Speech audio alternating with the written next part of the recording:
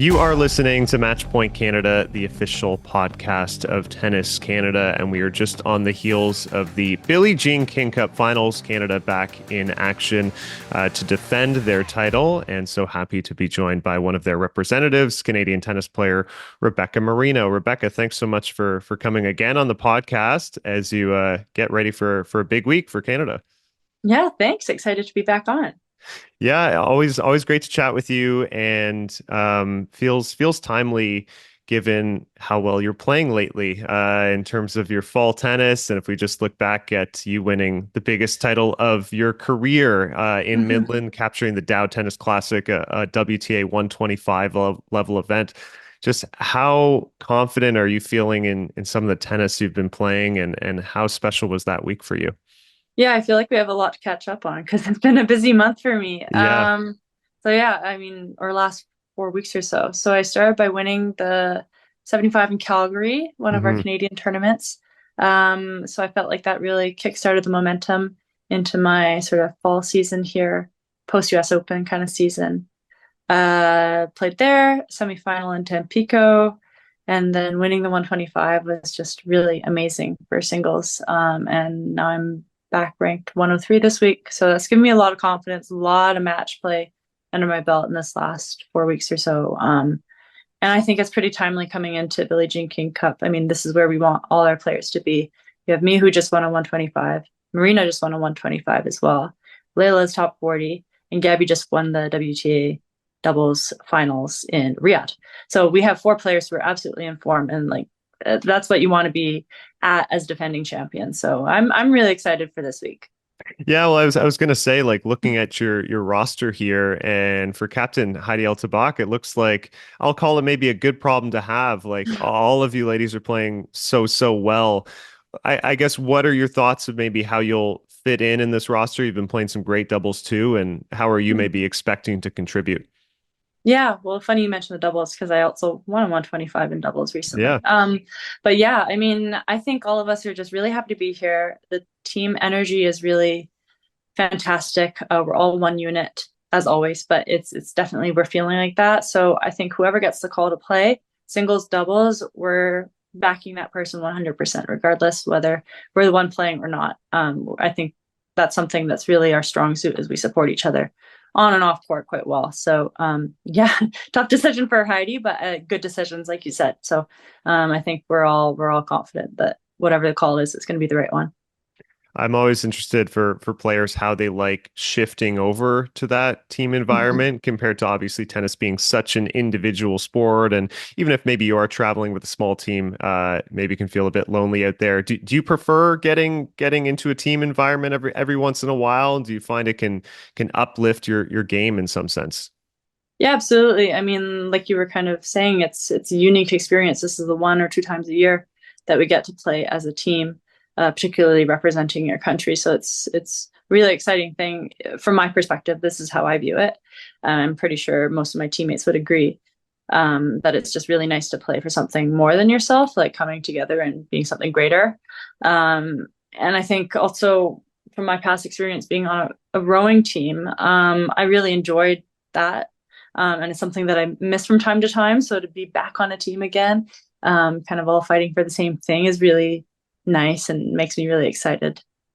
I think some players often feel pressure when they're back at a place defending a title, for Mhm. example. I have to wonder, is there any pressure in being defending champions? Obviously, you guys made history last year with winning the title.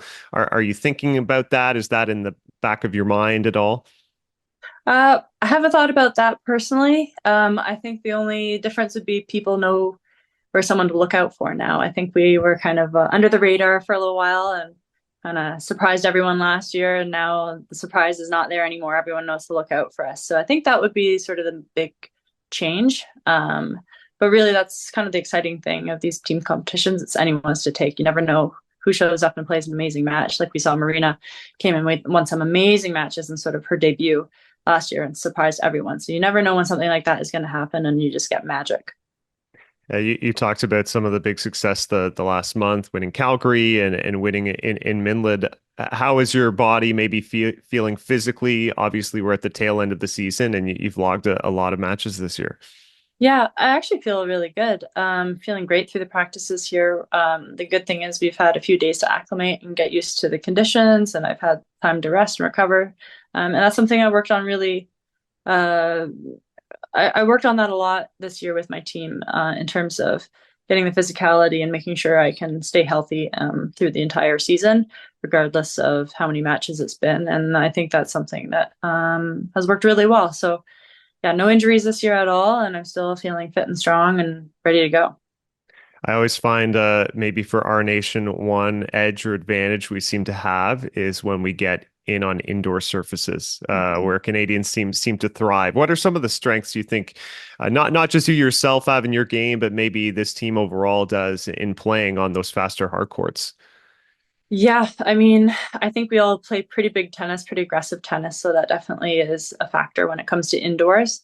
And we're all born and bred Canadians, so we grew up on indoor tennis, and that's like our bread and butter. So being back on the surface is definitely feeling like home for us, and I think that's definitely an advantage. Do you have any family or friends who've made the trip to Spain who are going to be taking in the action? And how big is the getting some sort of home support, even when you're having the finals or tie over in Europe? Well, I personally don't have any friends or family here with me, but I know that we have a huge Canadian fan base who's going to be coming over. I think I've heard that we have a big section again, like last year, and that really made a big difference for us, knowing that we're completely backed, not just from our support at home, but having people there in person for us. So I'm really excited to bring the noise. I know they were really loud last year, so that definitely helped us. So yeah, it should be great to have the support here and at home. You've talked a little bit about the camaraderie with this team. Do you think that's something just over the past few years and even months you've felt like you guys have built up even more and more? And are you guys in touch throughout the year, or is it more something where you're coming together for a couple of weeks and everything's just sort of clicking again? Yeah, well, we see each other at tournaments all the time through the year, so it's really nice that, we see each other. We're always really friendly, sometimes have lunch at tournaments if we're together. And I think, yeah, it's a really special thing that regardless of, where we're at, we can sort of keep that connection, particularly after, having something so special like last year. Um, but yeah, I mean, to get everybody in the same room at the same time is pretty rare. And I think I'll also say that we have our Davis Cup team coming in a couple days, so we're going to have them in the room right beside us. The tournament director here was really smart and put all the sort of team lounges beside each other. So we have the women's team and the men's team side by side. So I was thinking we're going to have our full women's team, our full men's team, all in the same place at the same time, and that's really really cool. And I think we all have really fantastic sort of chemistry with each other and support each other regardless of gender. So it's nice that we'll all be around. Yeah, no, it's really cool, and it's going to be great to kind of watch you guys go back to back with first the Mhm. women first, and then the men. For you, I guess being one of the more experienced players on this team, and same with Gabby, do you Mhm. feel like there's a particular leadership role you have to take on, or how does the dynamic do you find work between teammates? Obviously, having Stakusic, who's still a teenager, and some of this, maybe not all of it, brand new, and then you and Gabby having logged many more years on the tour.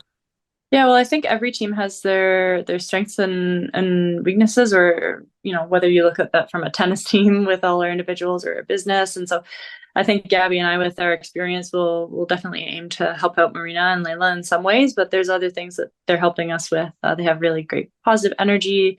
They're really fun to be around, and they lift everyone up. So I think those are some positive attributes they bring. And then yeah, Gabby and I just our years with Fed Cup, now Billie Jean King Cup is really it's nice to sort of bring that to the table too. Yeah, for Heidi as captain, obviously it's different than having a full-time coach through the year and sort of in that condensed time period making an impact. What do you find are some of her strengths in working with you girls and sort of bringing out the best level?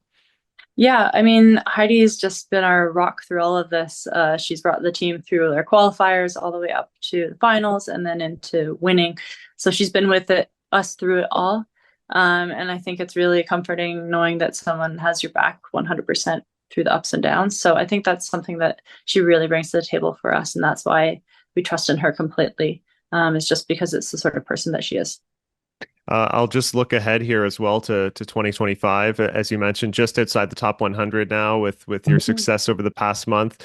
What are you looking forward to in the upcoming season, maybe in terms of performance goals or what you're looking to accomplish on the court?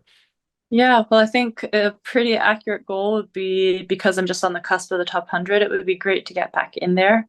And I think that's really attainable, so long as I continue to keep healthy and fit like I did this year. And just one step at a time. I don't want to get ahead of myself, but we have Australian Open, so I'd love to have a really great first Grand Slam of the year. That would be great to see. And look, we look forward to watching you and the whole team in Malaga this week. Rebecca, good luck to everyone there and go Canada. Yeah, thanks. Hope everyone can tune in, and we'll see you on court.